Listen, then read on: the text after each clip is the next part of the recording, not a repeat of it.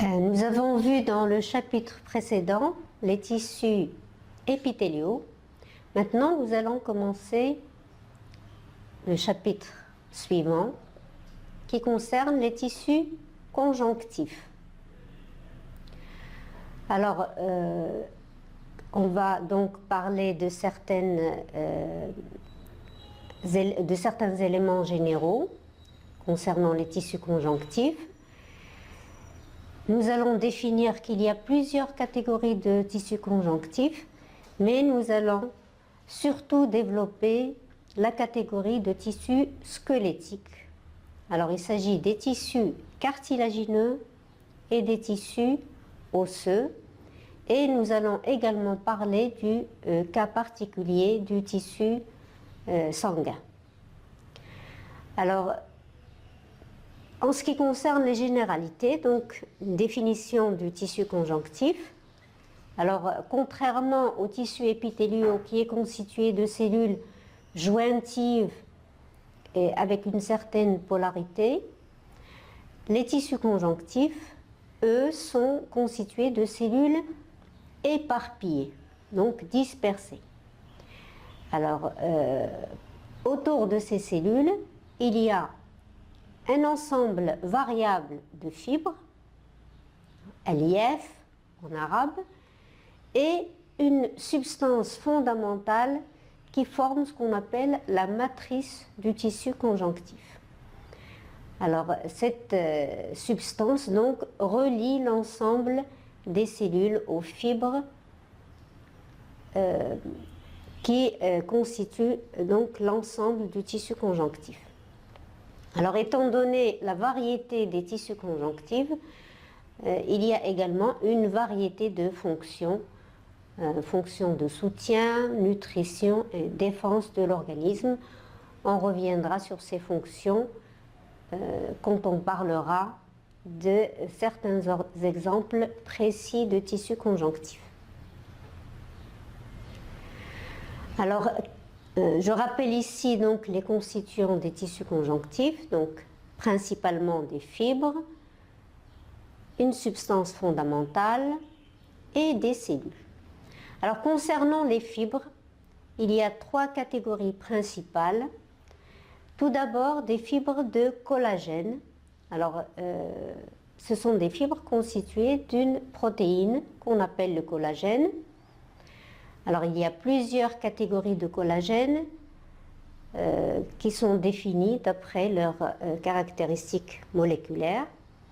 Alors, ils sont numérotés de 1 jusqu'à 10 pour les plus connus d'entre eux.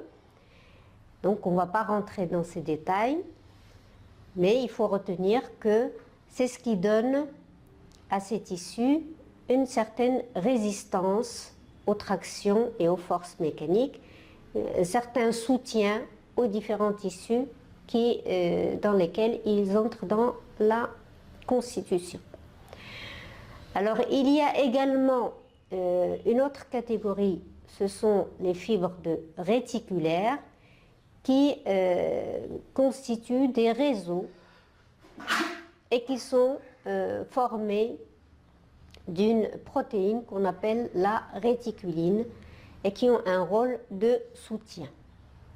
Alors, ces fibres de réticuline peuvent être mises en évidence, par exemple, dans le foie, dans le rein, dans la moelle osseuse aussi, qui a donc cette structure gélatineuse à l'intérieur des os, et donc qu'on peut mettre en évidence par des colorations spécifiques.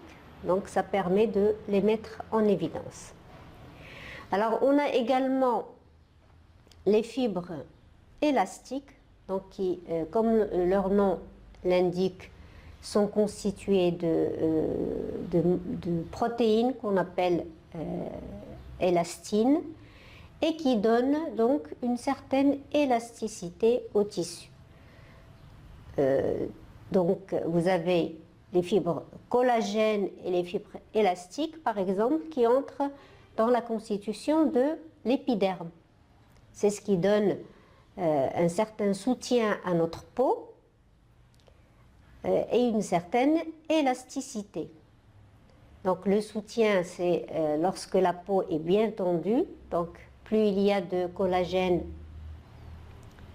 plus la peau est bien tendue et bien lisse.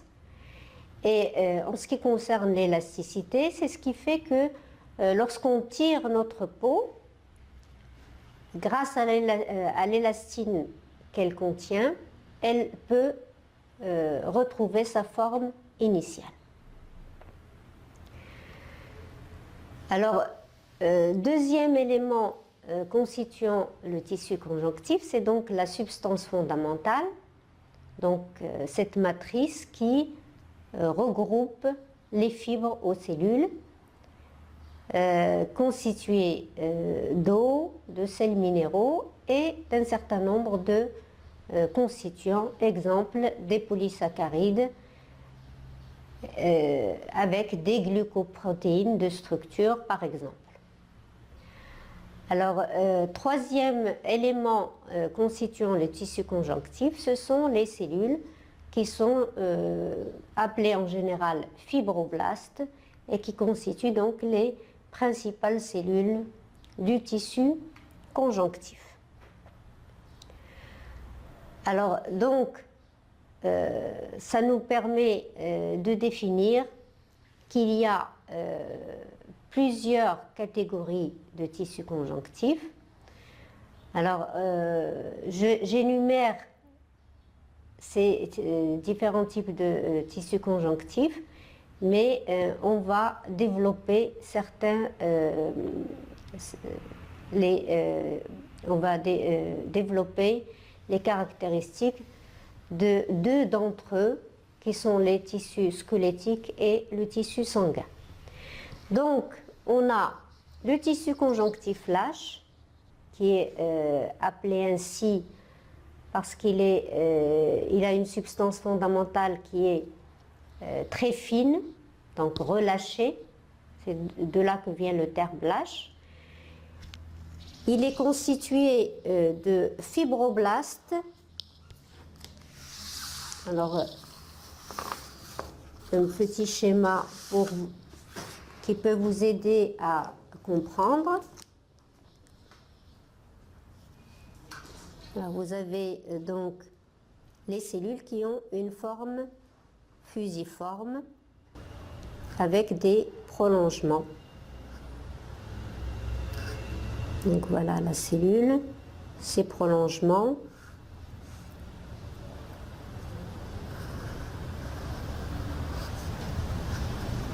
Voilà, noyau. Et donc tout cet espace entre les cellules est constitué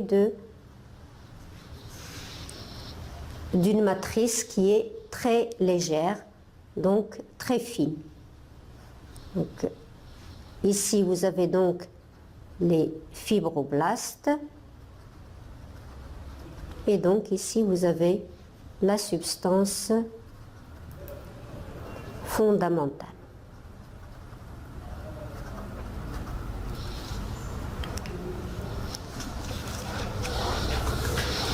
Alors ensuite, on a le tissu conjonctif dense. Donc comme son nom l'indique, la substance fondamentale est assez dense. Alors ça définit les tissus fibreux denses et les tissus élastiques. Alors ces deux catégories de tissus, on les trouve principalement dans les tendons et dans les ligaments. Alors on a également le tissu réticulaire. Alors les tissus réticulaires contiennent beaucoup de fibres de réticuline et ça caractérise par exemple le foie, le rein ou la moelle osseuse. Une autre catégorie de tissu conjonctif, c'est le tissu adipeux. Alors le tissu adipeux désigne des cellules qui contiennent de la graisse. Donc, chaque cellule contient beaucoup d'huile qui est emmagasinée à l'intérieur des cellules. Alors ensuite, on a les tissus squelettiques. qui regroupe les tissus cartilagineux, donc qui contiennent du cartilage, ce qu'on a par exemple au niveau du pavillon de l'oreille, au niveau du nez, et les tissus osseux, donc les constituants de notre squelette. Alors, pourquoi on parle de tissu squelettique? Parce que la matrice extracellulaire est solide. Le cartilage, on en trouve aussi au niveau des articulations, et le tissu osseux, donc, c'est le principal constituant de notre squelette. C'est pourquoi donc on utilise le terme squelette, squelettique. Alors, on va également parler du tissu sanguin. Donc, le tissu sanguin est constitué de cellules sanguines, hein, vous connaissez, les globules rouges, les globules blancs, les plaquettes. Alors, c'est également un tissu conjonctif parce qu'il répond à la définition. Donc, un ensemble de cellules reliées entre elles par une substance fondamentale. Et il se trouve ici, dans ce cas-là, que cette substance qui relie l'ensemble des cellules est liquide. Donc, dans les deux exemples que nous avons choisis, tissu squelettique et tissu sanguin, dans l'un, la matrice extracellulaire est solide, dans l'autre, la matrice extracellulaire est liquide. Donc, on va commencer avec les tissus squelettiques et on va parler d'abord des tissus cartilagineux qu'on appelle également cartilage. Alors, on peut définir les cartilages comme étant des tissus conjonctifs, donc un ensemble de cellules qui sont reliées par une substance fondamentale plus ou moins solide. Alors, les cellules, on peut les observer ici. On les appelle des chondrocytes.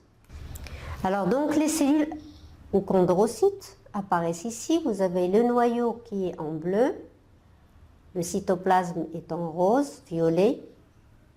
Donc ça, c'est le chondrocyte. Et vous avez donc ce qui est en bleu ici, qui apparaît translucide, c'est la substance fondamentale. Donc les cellules, ce sont des chondrocytes. On a une matrice extracellulaire donc abondante et complexe. Et elle est constituée d'une substance qu'on appelle la chondrine, donc qui est constituée elle-même d'acide chondroïtine sulfate. Donc c'est ce qui donne cette solidité à la matrice extracellulaire. Et c'est ce qui est à l'origine de l'appellation des cellules. Donc chondrocytes, vous avez ici 4 chondrocytes qui apparaissent, d'accord? Et il faut savoir que ce sont des cellules différenciées. Donc, elles vont acquérir leur spécialité à partir de cellules des chondroblastes. Donc, les chondroblastes, ce sont des cellules indifférenciées qui, au cours du développement, acquièrent une spécialité et se différencie pour donner donc des chondrocytes. Alors on peut voir ici que chaque cellule est à l'intérieur d'un petit espace qui est creusé à l'intérieur de la substance fondamentale qui est donc plus ou moins solide. Donc ça nous donne la formation de petites logettes ou de creux à l'intérieur de la substance et c'est ce qu'on appelle les chondroplastes. Donc le rôle de ces chondrocytes, c'est la synthèse et la dégradation des composants de la matrice extracellulaire. Alors, il faut savoir que le tissu cartilagineux ne contient pas de vaisseau sanguin, mais il va être quand même nourri par diffusion à partir des capillaires sanguins du tissu conjonctif qui l'entoure. Alors, lorsqu'on peut observer des coupes transversales dans des tissus cartilagineux, on peut observer les chondrocytes qui peuvent former plusieurs figures.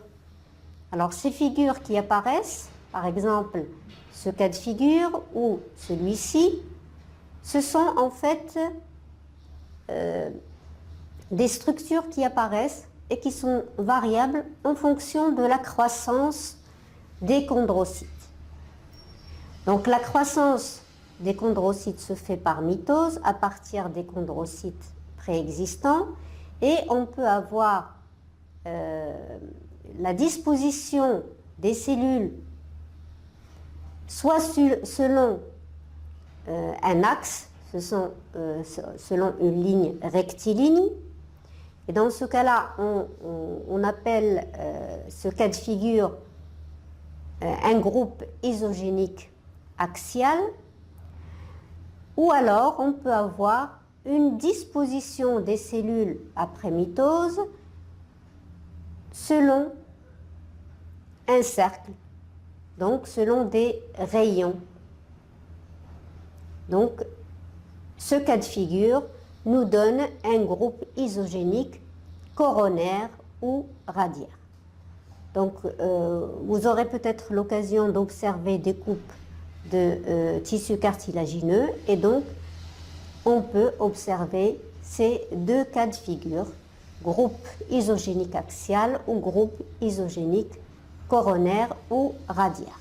Donc des résultats de la mitose pendant la croissance du tissu cartilagineux.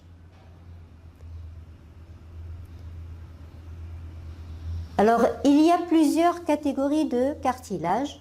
Donc, en général, pour les classer, on regarde principalement la composition de la matrice extracellulaire. Donc, les trois catégories de cartilage qu'on peut avoir dépendent de la présence, de la richesse en fibres collagène ou élastiques. Alors, on a ces trois catégories, le cartilage hyalin. Alors, hyalin, le terme veut dire transparent ou translucide. Vous avez le cartilage élastique et le cartilage fibreux. Alors, je vous les présente ici avec des exemples de localisation dans notre organisme. Donc, les caractéristiques d'un cartilage hyalin viennent du fait que la matrice extracellulaire qui apparaît ici, d'accord, elle est transparente, translucide, parce qu'elle est constituée d'éléments homogènes et de microfibrilles de collagène de petit calibre. Donc, on ne voit ni granulation ni fibre. Tout apparaît de façon homogène et on a un aspect translucide.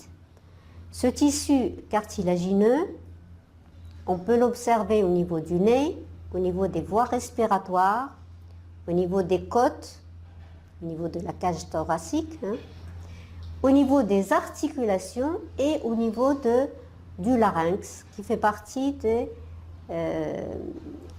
des éléments des cordes vocales à l'intérieur de notre gorge. On a une deuxième catégorie qui est le cartilage élastique, qui est appelé ainsi parce que la matrice extracellulaire contient de nombreuses fibres élastiques, ce qui permet de former un réseau tridimensionnel qui apparaît ici. Donc les fibres apparaissent ici dans la substance fondamentale, autour des cellules, et donc ça forme des reliefs autour des cellules. Alors les cellules, vous les voyez ici avec un noyau qui apparaît en noir autour des cellules. Voilà. Alors on peut observer ce type de cartilage dans le pavillon de l'oreille. Dans le conduit auditif, donc c'est l'élément principal au commencement de l'oreille. Et vous avez l'épiglotte qui se trouve également dans la gorge, à côté du larynx et du pharynx, et des cordes vocales. On a une troisième catégorie qui est le cartilage fibreux, qui est appelé ainsi parce qu'il contient au niveau de la matrice extracellulaire de nombreuses fibres collagènes, donc qui forment des faisceaux. Alors vous voyez ici que les cellules apparaissent ici avec leur noyau sombre, et donc on a des ondulations à l'intérieur de la substance fondamentale due à la présence de fibres collagènes. Alors ce type de tissu, on peut le trouver dans les disques intervertébraux, donc ce sont des éléments qui séparent les vertèbres. C'est ce qui permet donc l'articulation de deux vertèbres. Et au niveau des ménisques des genoux, alors vous savez qu'au niveau des genoux, il y a donc un élément osseux qui est la rotule, et vous avez des éléments qui séparent la rotule et les deux articulations des os principaux de la jambe, qu'on appelle des ménisques. Donc voilà ce qui concerne les cartilages. Alors maintenant, on va passer à la deuxième catégorie de tissus squelettiques, donc les tissus osseux. Alors les tissus osseux donc, ont la particularité d'avoir une matrice extracellulaire encore plus solide que celle du cartilage, et cette matrice a la particularité de se calcifier, et donc ça nous permet d'étudier les os par radiographie. Parce que justement, le fait que les os soient calcifiés, ça permet donc de stopper le passage des rayons X, et donc ça fait apparaître les os avec leur forme. Donc ceci nous permet d'étudier les os par radiographie, voir s'il y a par exemple des fractures ou des déformations. Alors, les principales fonctions du squelette, donc, puisque les os forment notre squelette, d'abord une fonction mécanique, donc c'est ce qui permet la fonction principale de l'os, c'est que ça permet le soutien de notre corps, et donc ça nous permet de résister au choc. Ça permet également de protéger nos organes. Donc c'est une fonction mécanique. Alors la fonction métabolique vient du fait que dans l'os, il y a donc une réserve de calcium qui peut se faire, et donc ça contribue dans l'équilibre du métabolisme phosphocalcique. Alors, on a également une fonction hématopoïétique. Alors, le terme hématopoïétique vient du terme hématopoïèse. C'est la synthèse ou la fabrication de nouvelles cellules sanguines à partir de la moelle osseuse. C'est pourquoi on parle de fonction hématopoïétique. Vous savez que dans les os, il y a la moelle osseuse, et cette moelle osseuse contient les cellules souches qui sont à l'origine des cellules sanguines, puisque nos cellules sanguines sont renouvelée en permanence. Donc, dans ce processus d'hématopoïèse, on reviendra là-dessus quand on parlera du tissu sanguin. Donc, le renouvellement des cellules sanguines à partir le renouvellement des cellules sanguines donc s'appelle hématopoïèse. Alors le tissu osseux. Donc schématiquement, ici vous avez l'aspect d'un tissu osseux avec ses principaux constituants. Alors vous avez donc la matrice osseuse, donc ce qui apparaît ici en vert, dans lesquelles on a 3 catégories de cellules. Donc, ces cellules, ce sont les ostéoblastes, qu'on peut voir ici, sont schématisés sous forme de petites cellules à la surface du tissu osseux. On a les ostéocytes qui se trouvent à l'intérieur de la matrice osseuse et on a les ostéoclastes, ce sont ces cellules de grande taille qui se trouvent du côté du tissu osseux qui est en résorption. Alors je m'explique, il faut savoir que notre tissu osseux, lorsqu'il est en pleine croissance, est souvent formé, mais une autre partie peut être digérée. Ça permet en fait de réguler la synthèse de l'os et sa croissance. Alors, on va parler maintenant des caractéristiques de ces 3 principales cellules. Alors, les ostéoblastes, ce sont des cellules indifférenciées. Donc, maintenant, vous êtes habitué au terme indifférenciées. Donc, elles ont une forme cubique. Elles n'ont pas de logette. Vous vous rappelez que lorsque la matrice extracellulaire est solide, pour bien se positionner à l'intérieur de cette matrice, les cellules peuvent creuser des petits espaces. Alors, dans le cas des ostéoblastes, il n'y a pas ces petits creux parce que les cellules se trouvent à la surface du tissu osseux. Alors, les ostéoblastes, on les appelle également des cellules ostéoformatrices parce qu'elles permettent la formation du tissu osseux. Et donc, elles ont un rôle dans la fabrication des constituants organiques de la matrice extracellulaire, donc de la matrice osseuse. Donc, les ostéoblastes, on peut les observer ici, à la surface du tissu osseux, et donc, il n'y a pas de logette.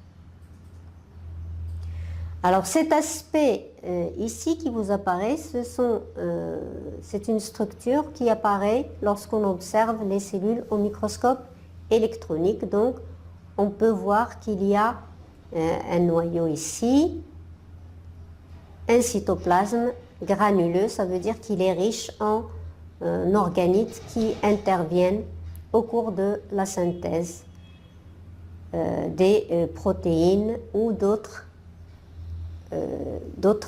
constituants.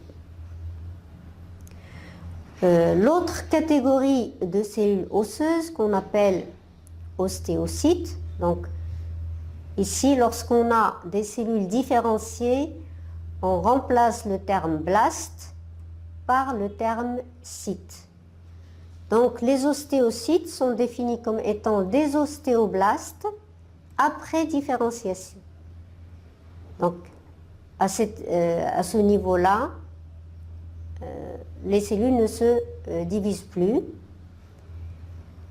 Alors, généralement, on peut voir ici qu'elles ont une forme fusiforme ou étoilée et qu'elles se trouvent dans des espaces à l'intérieur de la matrice osseuse.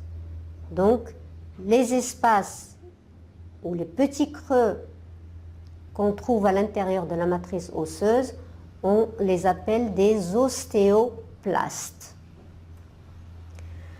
Alors, on peut voir aussi que ces cellules ont des prolongements et ces prolongements trouvent leur chemin dans des petits canaux, donc canalicules, qui sont creusés à l'intérieur de cette substance ou cette matrice osseuse. Donc ceci permet à ces cellules d'échanger entre le fluide tissulaire et la substance osseuse. Donc ça intervient dans l'équilibre de la calcémie. Donc la calcémie, ça veut dire le taux de calcium dans le sang. Donc vous avez ici des cellules avec des prolongements qui permettent donc de faire un lien important avec la matrice osseuse et donc établir des échanges avec cette matrice osseuse. Alors, la troisième catégorie de cellules, c'est ce qu'on appelle les ostéoclastes. Donc, je vous ai dit qu'il y a toujours un équilibre entre les synthèses ou la formation de l'os et sa dégradation. Donc, les ostéoclastes, justement parce qu'elles interviennent dans la dégradation de l'os dans certaines parties du tissu osseux, s'appellent des cellules ostéorésorptrices. Donc on a parlé des ostéoblastes et des ostéocytes comme étant des cellules ostéoformatrices. Là maintenant, les ostéoclastes, ce sont des cellules ostéorésorptrices. Donc, lorsque ces cellules doivent intervenir pour digérer le tissu osseux à certaines parties de l'os, de notre squelette, elles deviennent actives et ressemblent à ce que vous observez ici, cet aspect qui apparaît au microscope électronique puisqu'on peut observer les organites. Donc elles deviennent des cellules de grande taille, donc géantes. Elles vont se situer à la surface du tissu osseux qui est en résorption, donc elles vont recevoir un signal de type hormonal et vont devenir mobiles. Donc elles vont se déplacer vers le tissu osseux qui nécessite donc une digestion ou un remodelage. Alors ces cellules donc vont développer un certain nombre de structures qui vont les aider à faire cette fonction de digestion. Alors donc, on les observe ici. Elles sont caractérisées par la présence d'une bordure en brosse, donc des structures qui apparaissent au niveau du pôle apical de ces cellules et qui vont aider dans le rôle de résorption du tissu osseux. Ce sont également des cellules qui vont développer plusieurs noyaux. Leur cytoplasme est également riche en lysosomes, donc des structures dans lesquelles il y a des enzymes de type hydrolase. Donc c'est ce qui va intervenir sur l'os pour le digérer. Alors donc on peut voir ici qu'il y a de nombreuses vésicules, donc résultat de la digestion. Alors donc ces cellules de grande taille, donc géantes, qui ont une bordure en brosse très développée et qui contiennent de nombreux lysozymes, vont digérer l'os et le remodeler. Et donc, au niveau où elles se fixent, au niveau du tissu osseux, elles forment ce qu'on appelle une lacune de résorption. Donc, il faut savoir que le tissu osseux est en permanence remodelé, donc il y a souvent formation des unités de résorption. Donc, il y a un équilibre entre le tissu qui est formé, nouvellement formé, à l'aide des ostéocytes et des ostéoblastes, et le tissu qui doit être résorbé. Donc, ceci est contrôlé de façon hormonale, donc il y a une régulation hormonale, et c'est ce qui explique pourquoi, dans le cas particulier de la femme, lorsqu'il y a une ménopause, donc un arrêt de la synthèse de certaines hormones, il y a ce qu'on appelle l'ostéoporose qui commence à s'installer. Donc le tissu osseux qui devient plus friable parce qu'il n'y a plus donc formation de nouveaux tissus osseux.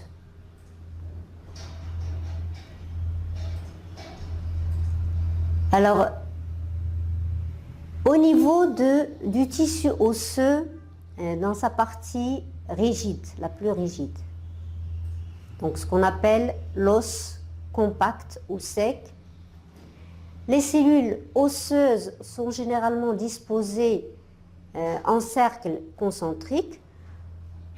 Donc ça donne une structure qui ressemble à ceci. Donc vous avez cet ensemble qu'on appelle ostéone. Au centre, on appelle cet élément ici au centre, on l'appelle canal de Havers, du nom du chercheur qui a trouvé ce canal, qui a pu l'observer. Alors, vous avez ici des petits points sur des cercles qui sont symétriques par rapport à ce centre, à ce canal. Et sur ces cercles, donc les petits spots foncés, ce sont les ostéocytes. Donc au centre, au niveau du canal de Havers, il y a donc l'innervation et la vascularisation, donc les vaisseaux sanguins et les nerfs qui proviennent de la moelle osseuse. Donc on va revenir sur un autre schéma qui vous explique de plus près, qui vous montre de plus près cette organisation au niveau du tissu osseux sec, donc la partie externe de l'os. Il faut comprendre que dans un os, vous avez la partie externe qui est dure et au centre, vous avez donc la moelle osseuse, donc un tissu osseux plus fragile.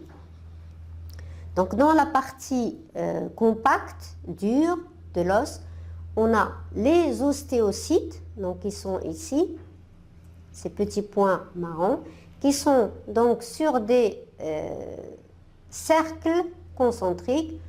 Au centre, on a le canal de Havers. Et donc ici, on peut retrouver schématiquement les différents éléments. Donc ici au centre, vous avez le canal de Havers. Ici, vous avez les lamelles. Ici, vous avez les lamelles concentriques. Voilà, qui sont, on dit concentriques parce qu'elles sont symétriques au canal, par rapport au canal. Donc, les petits spots ici, ce sont les ostéocytes, donc ils sont schématisés ici sous forme de corps cellulaire avec les petites ramifications ici qui apparaissent, ce sont les canalicules. Donc vous les voyez ici qui apparaissent.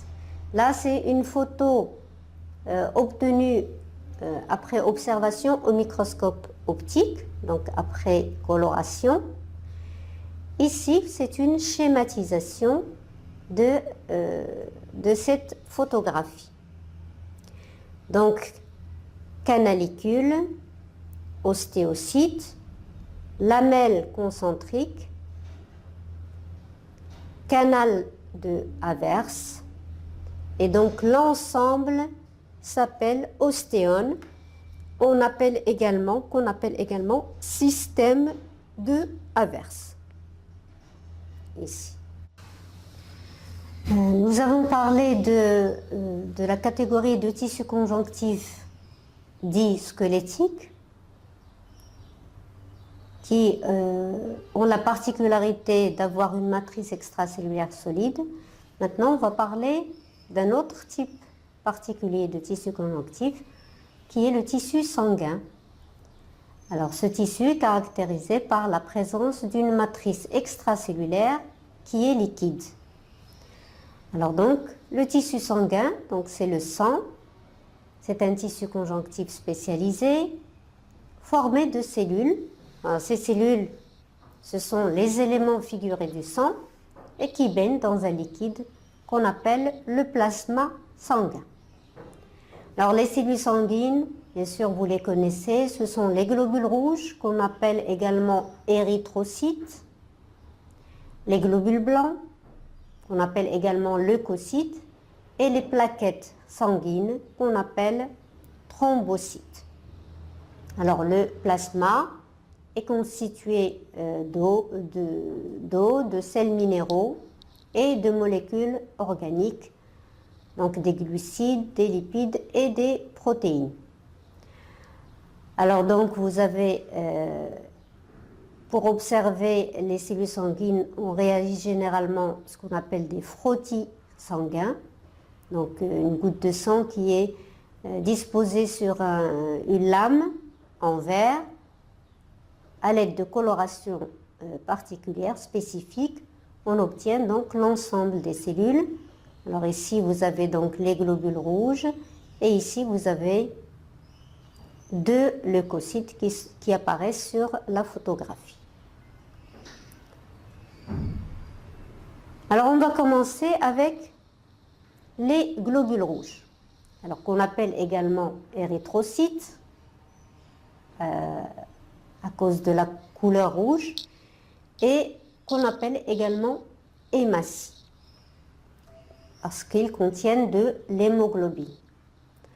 Alors donc ce sont des cellules hautement spécialisées. L'observation au microscope optique montre qu'on a des cellules sans noyau, donc on dit qu'elles sont anucléées. Ce sont des petits disques avec au centre une dépression. En fait, il s'agit d'un petit creux, ce n'est pas un vide, c'est un petit creux qui donne une dépression au niveau de la partie centrale de la cellule. Alors ce sont des cellules qui ont un petit diamètre autour de 7 à 8 microns et qui ont une épaisseur de 2 microns au maximum.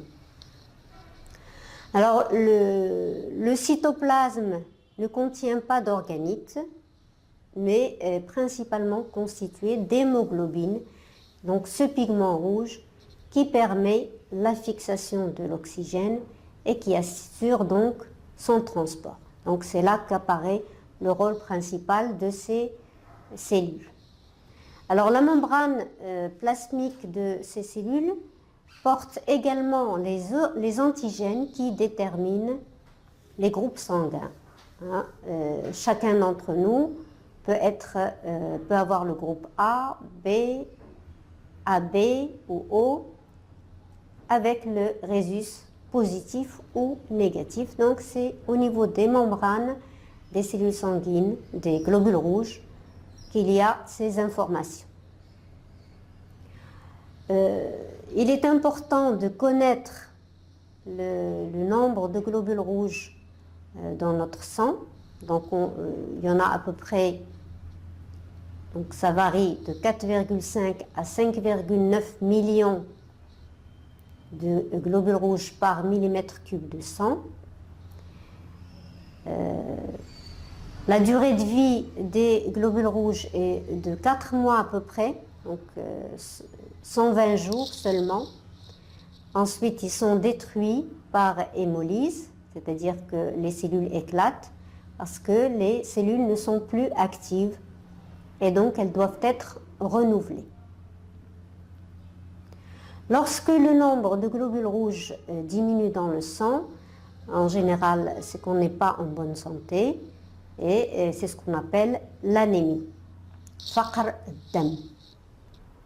Donc, il est important de connaître le nombre de globules rouges qu'on doit avoir dans notre sang pour s'assurer qu'on est en bonne santé. Les globules blancs, c'est l'autre catégorie de cellules qu'on trouve dans le sang. On les appelle également des leucocytes. Alors, pour les caractériser morphologiquement sur un frottis sanguin, on peut voir qu'elles sont des cellules, que ce sont des cellules avec un noyau, donc nucléé, et généralement elles forment deux groupes de leucocytes. Un groupe qu'on appelle leucocyte hyalin et un groupe qu'on appelle leucocyte granuleux. Alors cette séparation est basée sur la présence au niveau du cytoplasme des cellules de granulation visible ou non visible. Non visible dans le cas des leucocytes hyalins et bien visible dans le cas des leucocytes granuleux. Donc on peut voir aussi qu'il y a une différence par rapport aux globules rouges, par rapport au nombre des leucocytes dans le sang. 4000 à 10 000 seulement par millimètre cube de sang. Et leur fonction est très importante dans les défenses de l'organisme.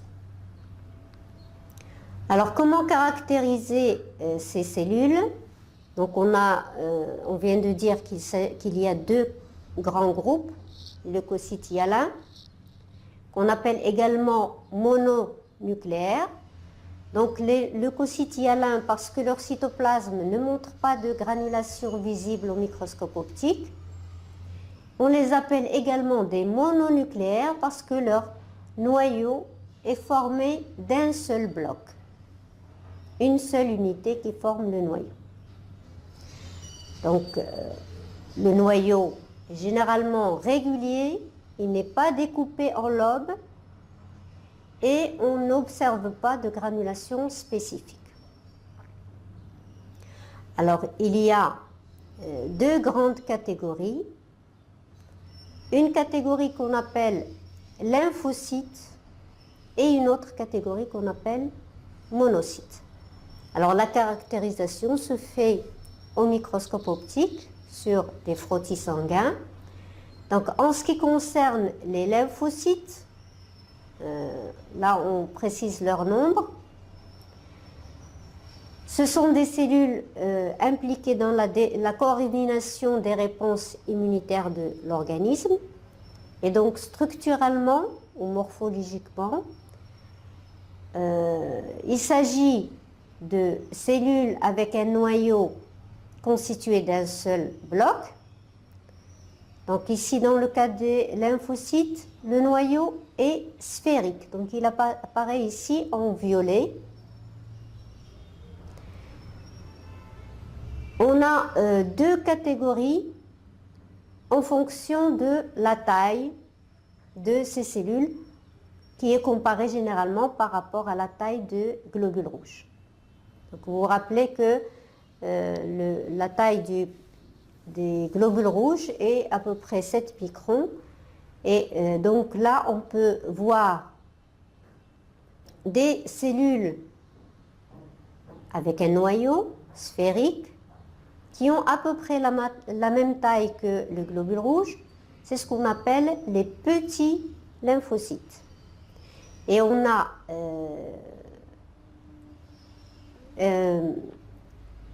un cytoplasme qui est généralement réduit. Le cas des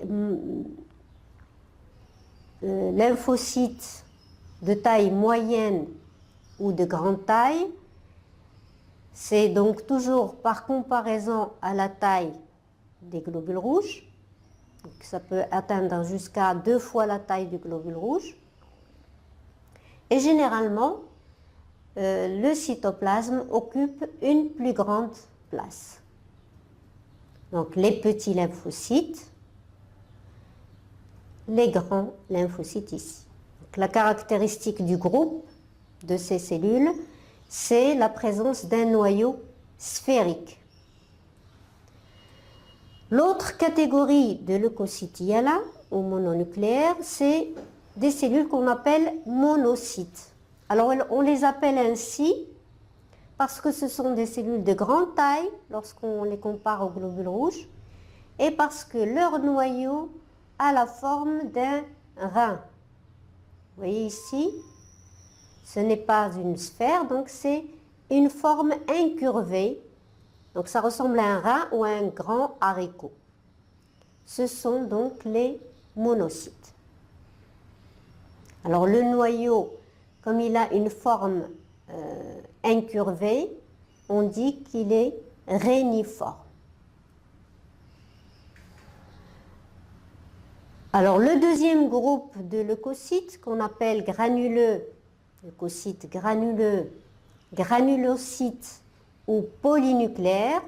Donc granuleux parce que le cytoplasme contient des granulations qui peuvent avoir des tailles différentes. Et polynucléaires parce que justement le noyau est découpé en lobes.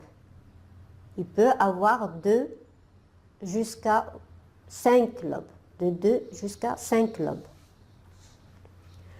Alors le cytoplasme est granuleux et en fonction des colorants qu'on utilise pour la préparation des frottis, ces granulations peuvent fixer différents types de coloration. Alors le colorant qu'on utilise, ce sont des solutions May, Grunwald et solutions JMSA. Ce sont des solutions qui contiennent plusieurs colorants, basiques et acides. Donc lorsque le cytoplasme fixe des colorants acides ou basiques, ça apparaît au niveau de la couleur. Donc les couleurs acides, c'est jaune jusqu'à rouge. Et vous avez les colorations basiques, c'est plutôt bleu, violet. Et donc ça permet de distinguer entre les différents types de leucocytes granuleux. Donc première catégorie, polynucléaires neutrophiles, ce sont les granulocytes les plus nombreux. Si on doit se référer au nombre de globules rouges, donc ce sont les cellules les plus abondantes après les globules rouges. Alors leur diamètre constitue le double de celui d'un globule rouge qui apparaît ici. Et leur caractéristique, c'est qu'elles comportent au niveau du noyau 3 à 5 lobes. Donc on dit que le noyau est plurilobé, il peut comporter 3 à 5 lobes. Et les granulations cytoplasmiques sont généralement de petite taille, donc on dit qu'elles sont fines, et fixent à la fois les couleurs basiques et acide. Donc on a au niveau du cytoplasme une coloration rose et bleue. Donc on les appelle des neutrophiles parce que justement elles fixent aussi bien les colorations acides que basiques. Alors vous avez la deuxième catégorie de leucocytes granuleux qu'on appelle éosinophiles ou acidophiles.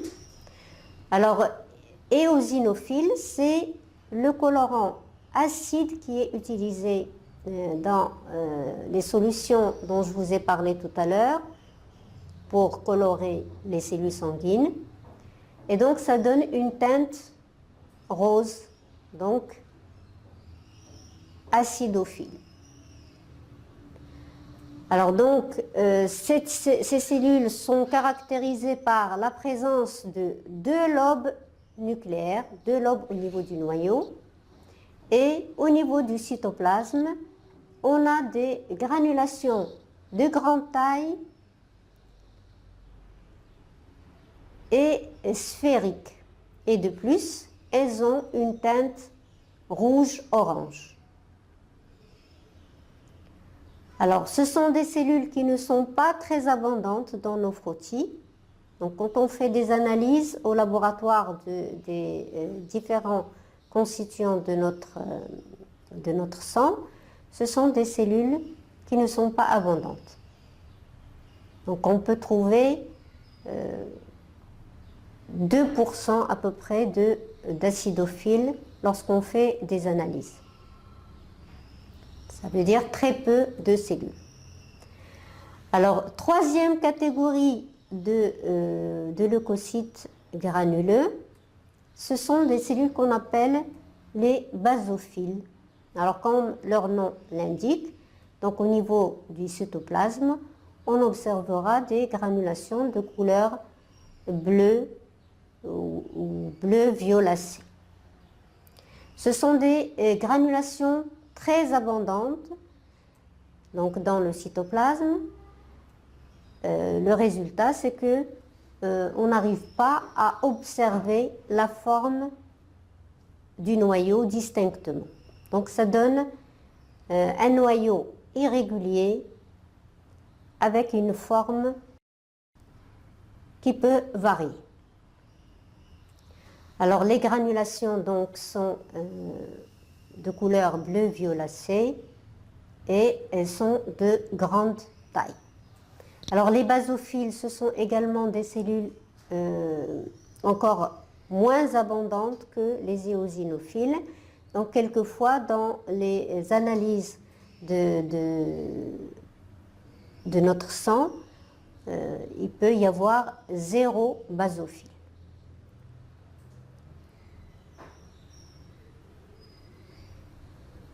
Alors maintenant, il nous reste la dernière catégorie de cellules sanguines qu'on appelle plaquettes ou thrombocytes.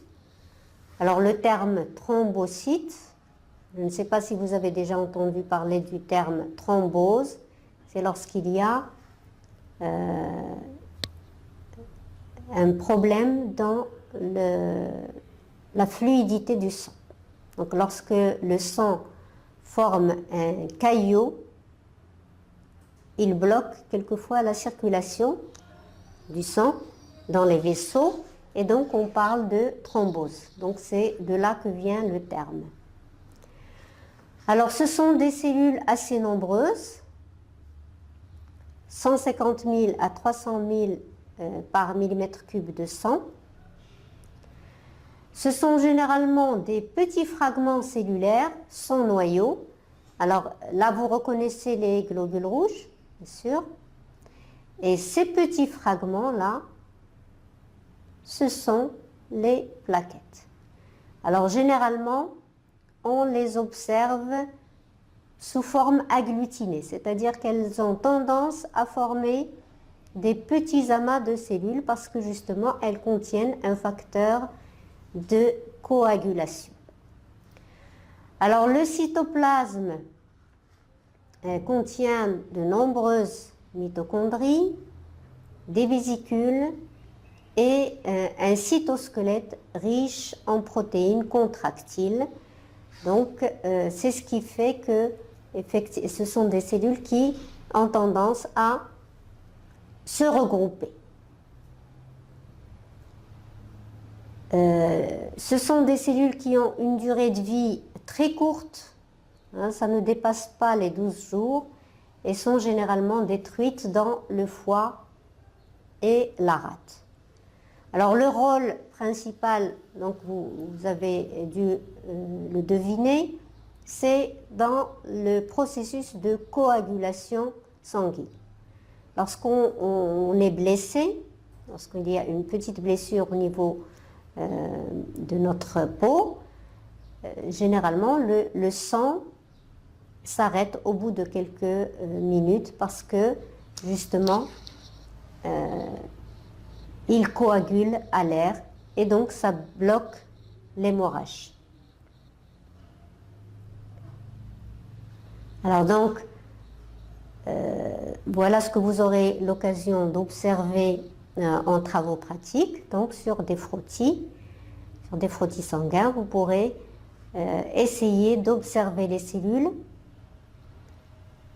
qui sont bien sûr colorées et selon leurs caractéristiques au niveau du noyau, présence ou absence, au niveau de la forme du noyau, sphérique ou découpé en lobes, au niveau du cytoplasme, présence ou non de granulation, la forme des granulations, leur taille, leur couleur, leur coloration, ça vous permet de distinguer entre les différents types de cellules sanguines et de les identifier chacune par leur nom. Pour résumer, je vous ai remis un tableau ici avec les nombres de cellules sanguines. Ici les globules rouges, globules blancs, les plaquettes par millimètre cube de sang et leur durée de vie. Donc on peut voir que finalement la durée de vie des cellules sanguines est limitée dans le temps et donc elles doivent être renouvelées. C'est ce qui se fait au cours de ce qu'on appelle l'hématopoïèse. Alors donc les cellules les cellules sanguines, quand elles ne sont plus actives, sont détruites de façon continue et donc elles doivent être maintenues en nombre constant chez un individu en bonne santé. Donc ces cellules doivent être synthétisées à partir de la moelle osseuse. Alors donc ce processus qu'on appelle hématopoïèse peut être défini comme étant l'ensemble des phénomènes qui contribuent à la fabrication et au remplacement continu et régulé des cellules sanguines. Alors, vous comprendrez pourquoi on parle de régulation tout à l'heure. Et donc c'est un phénomène, une activité de production qui est assurée par un ensemble de cellules au niveau du tissu conjonctif de la moelle osseuse qu'on appelle cellules souches hématopoïétiques. Donc ces cellules souches, donc on les trouve au niveau de la moelle rouge. Donc vous avez au niveau de l'os, vous avez la partie dure et au centre vous avez la partie spongieuse. C'est à ce niveau qu'on trouve donc la moelle osseuse hématopoïétique. Donc on peut en trouver dans le sternum. Donc vous savez ce que c'est, ce qui relie les deux parties de la cage thoracique. Et les côtes qui font partie ce sont les petits os de la cage thoracique, au niveau des vertèbres et au niveau du bassin. Alors, donc vous avez ici une schématisation d'un os, voilà, une photo plutôt, et donc au niveau de la moelle osseuse, on peut voir qu'il y a donc des cellules, et ces cellules donc vont être à l'origine des nouvelles cellules sanguines. Alors l'hématopoïèse peut être étudiée par cytologie, donc on peut prélever un ensemble de cellules au niveau de l'os, ou on peut prélever un morceau de tissu osseux pour analyser l'aspect des cellules, parce que ça peut refléter la bonne santé de ces cellules au niveau du tissu, au niveau de la moelle osseuse. Alors, l'hématopoïèse peut être donc étudiée par cytologie ou histologie, et ça permet donc de distinguer, de caractériser plusieurs lignées cellulaires, donc un ensemble d'étapes qui permettent l'aboutissement aux cellules sanguines telles qu'on les connaît dans notre sang circulant. Alors, quelles sont les étapes de l'hématopoïèse? Donc, on a dit que au départ, les cellules se forment à partir de cellules souches. Alors, dans la moelle osseuse, donc il y a le tissu conjonctif qui contient des cellules. Pourquoi on les appelle cellules souches primitives? Parce qu'elles ne sont pas encore différenciées. Donc elles vont subir un certain nombre de transformations, processus de différenciation, pour arriver avant d'arriver à obtenir des cellules, des globules rouges, des globules blancs, avec toutes sortes de catégories, ou des plaquettes. Donc on les appelle cellules souches parce qu'elles sont totipotentes, donc elles contiennent toute l'information qui va déterminer par la suite le type de cellules sanguines qu'on trouve dans notre sang. Donc c'est ce qui constitue donc ici la pointe de cette pyramide. Alors ensuite, la deuxième étape de ce processus, sous l'influence de facteurs stimulants, généralement il s'agit d'hormones, ces cellules souches vont s'engager dans le processus de la différenciation, et donc on les appelle des cellules progénitrices. Donc elles vont en fait commencer la première étape de différenciation. Troisième étape de ce processus d'hématopoïèse, c'est la formation de cellules qu'on appelle cellules précurseurs. Donc les cellules qui se sont engagées dans une lignée de différenciation, soit pour former des globules rouges, soit pour former les lymphocytes par exemple, vont subir plusieurs divisions et aboutir à des cellules engagées qui ont acquis un certain nombre de différenciations et qui vont donner par la suite donc les différentes catégories de cellules sanguines qu'on connaît. La dernière étape, qu'on appelle la maturation, permet de définir les cellules telles qu'on les connaît et qu'on a étudiées donc dans le sang circulant. Donc voilà, dans cette pyramide, on a en résumé les 4 étapes de l'hématopoïèse. Donc, cellules souches indifférenciées au sommet de la pyramide. Les cellules vont s'engager dans une voie particulière de différenciation. Elles vont subir des transformations, puis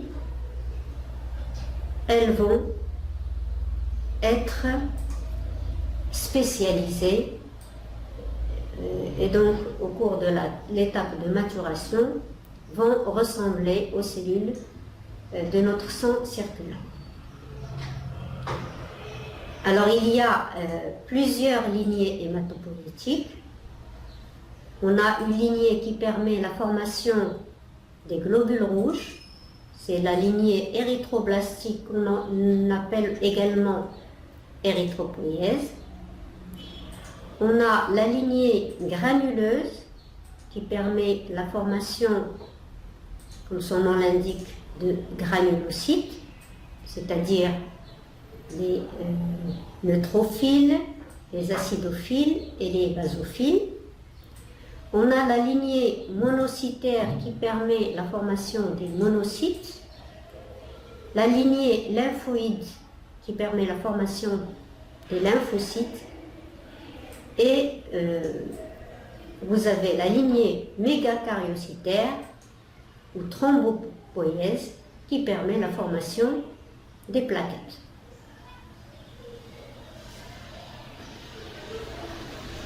Alors donc, ce processus se fait donc de façon continue, et donc pour les globules rouges, il y a à peu près 200 milliards de cellules sanguines qui sont fabriquées par millimètre cube de sang. Ce qui concerne les globules blancs, 10 milliards, et en ce qui concerne les plaquettes, 100 milliards. Donc ce processus permet de maintenir un nombre spécifique au niveau des globules rouges, des globules blancs et des plaquettes. Pour qu'un individu soit en bonne santé, on doit avoir exactement ces chiffres. Alors, différents facteurs interviennent dans la régulation de l'hématopoïèse. Donc, je vous l'ai dit, c'est un processus régulé. Donc, vous avez un apport de certaines substances qui est nécessaire pour que cette hématopoïèse se fasse dans de bonnes conditions. Donc, en particulier, la vitamine B12 et l'acide folique, qu'on appelle également vitamine B9, sont nécessaires à la synthèse de l'ADN, donc la division cellulaire. Donc, au cours des différentes étapes de l'hématopoïèse, il y a des divisions cellulaires, et donc ces vitamines sont nécessaires. Il y a également l'apport de fer et de vitamine B6 qui sont indispensables pour la synthèse de l'hémoglobine qu'on trouve donc au niveau des globules rouges. Et vous avez également des hormones qui doivent intervenir, qui doivent être en quantité suffisante parce qu'elles ont un rôle important pour la survie et le bon fonctionnement de l'hématopoïèse. Alors, c'est le cas cité ici, c'est le cas de l'érythropoïétine, donc qui a un rôle très important à jouer au niveau de l'hématopoïèse.